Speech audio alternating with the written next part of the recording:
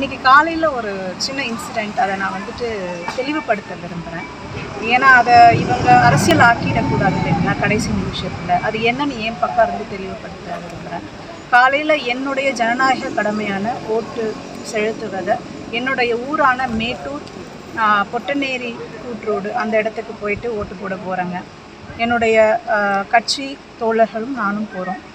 அங்கே போகும்போது என்ட்ரன்ஸில் ஒரு போலீஸ் கூட கிடையாதுங்க. 2 போலீஸ் என்ட்ரில் இருக்காங்க. ப்ராப்ளம் நடந்ததுக்கப்புறம் இருக்காங்க. ஃபர்ஸ்ட் போனோன்னா அங்கே யாருமே வெளியில் இல்லை. யாருமே வெளியே இல்லாத சூழ்நிலையில் நாங்கள் போகிறோம். ஒரு இடத்துல கார் நிறுத்துகிறோம் என்ட்ரன்ஸ்லேயே. அங்கே எல்லாமே வெறிச்சோடி கிடக்குது. அந்த ஸ்பேஸில் யாருமே காணும். ஏர்லி மார்னிங் போகிறோம். அப்படி இருக்கிற நேரத்தில் காரை கொஞ்சம் அப்படியே நிறுத்திட்டு இறங்கி போகிறோம். ஒரு பர்சன் அங்கே நிற்கிறாங்க, என்னையே பார்க்குறாங்க. என்னை பார்த்துட்டோன்னே அவர் பாட்டுக்கு பூத்துக்குள்ளே போயிட்டார். நானும் ஒரு கேஷுவலாக போய் நிற்கிறேன். லைனில் க்யூவில் நிற்கலான்னு சொல்லி ஃபர்ஸ்ட் பர்சனாக போய் நிற்கிறேன். அப்போ என்ன நடக்குதுன்னா, சரி நீங்கள் கேண்டிடேட் உள்ளே வாங்கன்னு உள்ளேருந்து அவங்க கூப்பிடுறாங்க.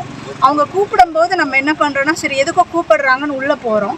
திரும்ப எகெயின் பேக் சைடில் இன்னும் கொஞ்சம் நிறைய பீப்புள் வந்து லைனில் நிற்கிறாங்க.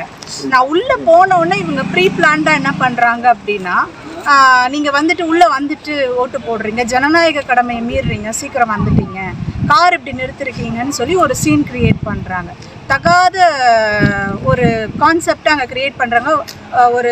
ஒரு விமனை வந்து எப்படி கார்னர் பண்ணும், இன்சல்ட் பண்ணும் ஒரு பப்ளிக்கில். அதுவும் இத்தனைக்கும் ஒரு வேட்பாளராக இருக்கேன், இத்தனை மக்கள்கிட்ட பேசுகிறேன், கம்யூனிகேட் பண்ணுறேன், இவ்வளோ விஷயத்தையும் ஃபேஸ் பண்ணி ஒரு பெண்ணாக இங்கே வந்து நான் பண்ணிகிட்ருக்கேன்னு தெரிஞ்சும் கூட என்கிட்டயே அவங்க அப்படி பண்ணும்போது, ஒரு சாதாரண ஒரு பெண்மணியின் நிலை என்ன?